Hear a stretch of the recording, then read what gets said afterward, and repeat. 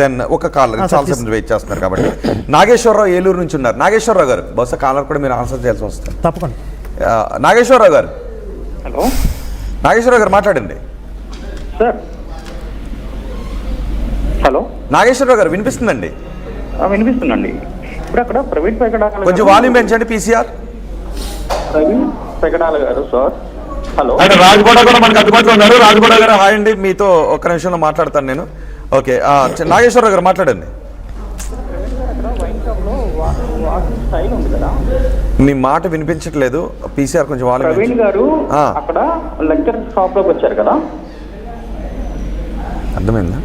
ప్రవీణ్ గారు liquor shop లోకి వచ్చినప్పుడు నడిచే విధానం, వాకింగ్ స్టైల్, అవునవును నడిచే వెళ్ళారు. సో అప్పుడు అతనికి ఇప్పుడు ఇక్కడ ఒక ఆయన బ్లాక్ షర్ట్ వేసుకున్న పాస్టర్ గారు ఉన్నారు కదా. సో ఆయనకి పర్టికులర్ గా నాకు తెలుసు ఆయన ఎలా ఉంటారో అని చెప్పేసి అంటున్నారు. ఆ వాకింగ్ విధానం ఆయన తెలుసా? 100% ఆ పర్సన్ కాదా? ఓకే, ఆయన లెక్కర్ తీసుకోవడానికి నడిచి వెళ్ళారు కదా, ఆ వాకింగ్ విధానం కూడా తెలుసుకోవాలి కదా. అక్కడ ఉన్న వాళ్ళ మిస్సెస్ కి తెలుసు ఆ పర్సనా కాదా అనేది. అట్ ది సేమ్ టైం ఆయన వాకింగ్ చేసిన స్టైల్ విధానం అనేది ఆయన చర్చిలో కూడా సీసీ కెమెరాలో రికార్డ్ అయ్యి ఉంటుంది. సో దాంతో కంపేర్ చేసుకోవచ్చు కదా. ఓకే ఓకే, మేము ఒక డౌట్, ఇంకొకరు చందు కూడా ఉన్నారు. చందు కాల్ కూడా తీసుకుందాం. చందు హైదరాబాద్ నుంచి. చందు గారు మాట్లాడండి. చందు గారు సార్, గుడ్ ఆఫ్టర్నూన్. నమస్తే అండి, చెప్పండి. ఇప్పుడు లైవ్ లో ఉన్న వాళ్ళందరికీ నమస్కారం. ఓకే అండి, ఇప్పుడు పాస్టర్ ప్రవీణ్ గారు వైన్ కొనలేదు అని అంటారు షాప్ లో. సరే పక్కన పెడదాం, అది కొనలేదు. అంటున్నారు.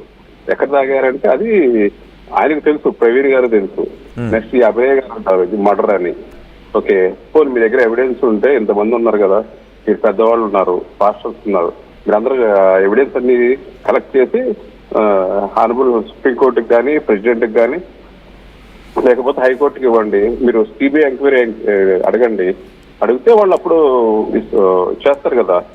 మీరు ఎందుకు భయపడుతున్నారు? మరి ఎవిడెన్స్ మీ దగ్గర ఉంటే చూపించండి. ఆ రాజా బోడా గారు, నెక్స్ట్ అజయ్ బాబు ఖమ్మం అతను, నెక్స్ట్ కొంతమంది పాస్టర్స్ ఉన్నారు కదా, మీరు అందరూ వెళ్ళి కలవండి. అక్కడ తప్పే ఉందంటూ. ఓకే, ఎస్ ఆన్సర్ చేస్తారు మీ దగ్గరికి. దీనికి ఆన్సర్ ఆయన మీ దగ్గరికి వస్తారు, నెక్స్ట్ మీకు ఇస్తారు. ఇప్పుడు అడిగింది ఏంటంటే మిమ్మల్ని అడిగారు. ఒకటా వాకింగ్ స్టైల్ మీకు తెలుసు కాబట్టి ఆల్రెడీ దీని మీద రెండు డౌట్స్ చెప్పాను. ఒకటి, ప్రవీణ్ పగడాల గారిని కంట్రోల్లోకి తీసుకుని ఫ్యామిలీ మెంబర్స్ చంపుతామని చెప్పి ఈయనతోనే ఇవన్నీ చేయించుండొచ్చు అనే ఒక కోణం చెప్పాను. ప్రవీణ్ పగడాలతోనే చేయించుండొచ్చు, ఇదంతా చేయించుండొచ్చు, ప్రవీణ్ పగడాలని ఉండిండొచ్చు. మీకు తెలుసా తెలీదా? అక్కడ ఆయన వాకింగ్ స్టైల్ నాకు తెలియదండి. అక్కడైతే ఆయన రికగ్నైజ్ చేయలేదు. సో ఆయన కంట్రోల్లో తీసుకుని ఆయనతో చేయించి ఉండొచ్చు, లేదంటే ఆయన డ్రెస్ అంతా కూడా కంట్రోల్లోకి తీసుకుని, ఫోన్ కూడా కంట్రోల్లోకి తీసుకుని ఆయన పక్కన పెట్టి ఇంకొక క్యారెక్టర్ని పెట్టి చేయించి ఉండొచ్చు. ఈ రెండు అనుమానాలు మీకు చెప్పాను నేను. సో నేను చెప్పేది ఏంటంటే ఫైనల్గా ఒక వ్యక్తి, ఒక బీడీలు తాగేవాడు కూడా బ్రాండ్ మెయింటైన్ చేస్తాడు, సిగరెట్ తాగేవాడు ఒక బ్రాండ్ మెయింటైన్ చేస్తాడు, వైన్ తాగేవాడు, లిక్కర్ తీసుకునేవాడు, ఆల్కహాల్ తీసుకునేవాడు బ్రాండ్ మెయింటైన్ చేస్తాడు. ఎక్కడ పడితే అక్కడ ఏ బ్రాండ్ పడితే ఆ బ్రాండ్ తాగడు. ఇప్పుడు పోలీస్ డిపార్ట్మెంట్ ఇచ్చిన పోస్ట్మార్టం రిపోర్ట్లో 3 వైన్ షాప్స్లో 3 రకాలుగా ఆయన తీసుకున్నాడు, 3 రకాల బ్రాండ్లు తీసుకుని తాగాడు. అంటే ఒక వ్యక్తి ఆహారం కానీ ఇది కానీ అలవాటు ఉంటే ఏం తీసుకుంటాడని మనం చెప్పలేం. చాలా పెద్ద ఓకే, నేను ఇక్కడ ఆయన అలవాట్లు ఇదేంటని చెప్పను. సో బ్రాండ్ గురించి మనం అంటే లెస్ ఛాన్సెస్. అంటే ఒక వ్యక్తి అలా తీసుకోడు కదండి. అంటే ఒక వ్యక్తికి ఏది ఇష్టం, ఒకవేళ ఆయన తీసుకుంటాడు లేదు నాకు తెలియదు, కానీ తీసుకుంటే అది ఏం తీసుకుంటాడో ఆయన ఇష్టాలు ఏంటి అనేది మనం చెప్పలేం. బ్రాండ్ గురించి ఎప్పుడు కూడా చెప్పలేం. ఓకే, మిగతా ఒక్క నిమిషం అండి. ఎవిడెన్స్లు పట్టుకెళ్ళి మీరు సిజిఐకో రాష్ట్రపతికో ఇవ్వచ్చు కదా. డెఫినెట్గా నెక్స్ట్ ఫర్దర్ అదే చేస్తున్నాం. Okay, yes. కొన్ని టాపిక్స్ మనం క్రాస్ చేసి వచ్చేసాం. అభినయ్ గారు మాట్లాడేది కాజ్ ఆఫ్ ట్రావెల్ అని ఒకటి మాట్లాడారు. ఎందుకు రాజమండ్రి బైక్ మీద బయలుదేరారని చెప్పి దానికి నేను ఐజీ గారు సమాధానం చెప్పారు. ఆయన ఎంక్వైరీలో ఇక్కడ బైబిల్ కాలేజ్ ఏదో కట్టడానికి ప్రయత్నం చేస్తున్నారు కదా, ఇక్కడ వచ్చినప్పుడు లోకల్గా తిరగడానికి బుల్లెట్ అక్కడ ఉంచితే ఉపయోగపడుతుందని చెప్పి బుల్లెట్ని అక్కడ పెట్టడానికి దాని మీద ట్రావెల్ చేశారు. అయితే ఈ విషయం ఒక ఫ్రెండ్కి చెప్తే ఆ ఫ్రెండ్ ఒక సలహా కూడా ఇచ్చారు. నువ్వు బుల్లెట్ మీద ట్రావెల్ చేయొద్దు, దాన్ని పార్సిల్ చేసి ట్రైన్లో పంపించేసి నువ్వు తర్వాత కార్లోనో వేరే మార్గంలో నువ్వు వెళ్ళు అని చెప్పి ఆయన సలహా చెప్పినా కూడా ఈయన తీసుకోలేదు. మరి బుల్లెట్ని అక్కడ లోకల్గా ఉంచితే తిరగడానికి ఉపయోగపడుతుందనే విషయాన్ని ఒక కారణంగా నేను ఐజీగా చెప్పారు ఆయన ఎంక్వైరీలో తెలియని విషయం. రెండోది, ఇప్పుడు ఫ్యామిలీని కూడా టార్గెట్ చేసి మాట్లాడుతున్నారు వీళ్ళు. అంటే వాళ్ళు ప్రాణాలకు భయపడి ప్రాణభయంతో బయటికి రావట్లేదు, వ్యతిరేకంగా మాట్లాడుతున్నారు. వాళ్ళకి ప్రవీణ్ గారి పరువు కాపాడాలి అనే ఉద్దేశం ఉండబట్టే డే 1 ఇది యాక్సిడెంట్ అని చెప్పి వాళ్ళు ఒప్పుకోవడానికి సిద్ధమయ్యారు. ఎందుకంటే ఆయన ఆహారపు అలవాట్లు, ఆయన దైనందిన అలవాట్లు వాళ్ళకి తెలుసు కాబట్టి.